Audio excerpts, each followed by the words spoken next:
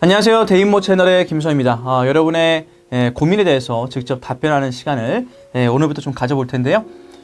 제 개인 톡을 통해서 한 학생이 개인 사연을 보냈습니다. 그래서 그 사연에 대해서 그 고민점에 대해서 직접 답변하는 시간을 갖도록 하겠습니다. 안녕하세요 선생님. 저는 경남 창원에 살고 있는 완전 노베이스 학생입니다.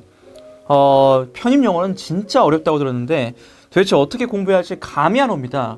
어휘 또한 정말 어렵다고 들었는데요. 영단어는 또한 어떻게 암기해야 할까요? 너무 고민입니다. 선생님이 꼭 명료하게, 명쾌하게 답변을 좀 해주셨으면 감사하겠습니다. 자, 이렇게 지금 질문이 왔는데 우선 영단어 암기법 같은 경우엔 제가 지금 데이모 채널에 올려놨거든요. 그래서 영단어 암기법 같은 경우에 그 영상을 통해서 한번 보시면 될 것 같고요. 나머지에 대해서 나머지 부분을 설명을 좀 드릴게요. 우선 그 편입 영어가 당연히 어렵죠. 전국에서 시행되고 있는 영어 시험 중에서는 뭐 수능 상대 안 되고요. 토익 역시 상대 안 됩니다. 가장 어려운 게 편입 영어 시험이거든요. 근데 이 편입 영어 같은 경우에는 독해에 대한 시간 압박이 엄청나요. 독해 지문이 엄청 길거든. 그러면 이 엄청 긴 지문을 읽기 위해서 필요한 건 뭐냐? 문법이요? 아니야. 문법 이전에 구문이라는 게 필요해. 근데 이 편입 시장 같은 경우에는 강사들이 구문 쪽의 연구가 굉장히 안 돼 있어요. 그래서 구문 강좌가 별로 깔끔한 게 없거든요. 제 강의 중에서 독해 출제 코드 레벨 1이 있습니다.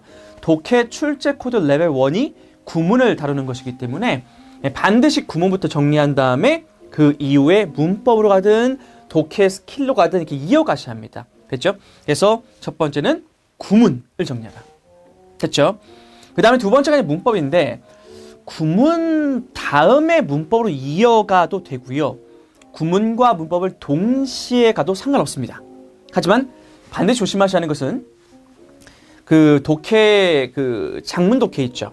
장문 독해든 단문 독해든 지문형 독해가 있습니다. 지문형 독해 같은 경우에는 구문 학습이 끝난 이후에 하시길 바랍니다. 그렇죠? 이런 지문 독해 같은 경우에는 그 구문 독해 끝난 이후에 넘어가게 되면은 지문 독해 같은 경우에 유형별로 스킬이 필요해요. 그래서 순서 배열 같은 경우 어떻게 푸는지, 문장 끼워넣기는 어떻게 푸는지, 그다음에 뭐 낱말 그 밑줄 친 낱말 중 틀린 건 어떻게 골라내는지 이런 유형별 스킬 같은 경우는 반드시 구문이 끝난 이후에 이어가시는 게 올바르다라는 것이죠. 됐죠?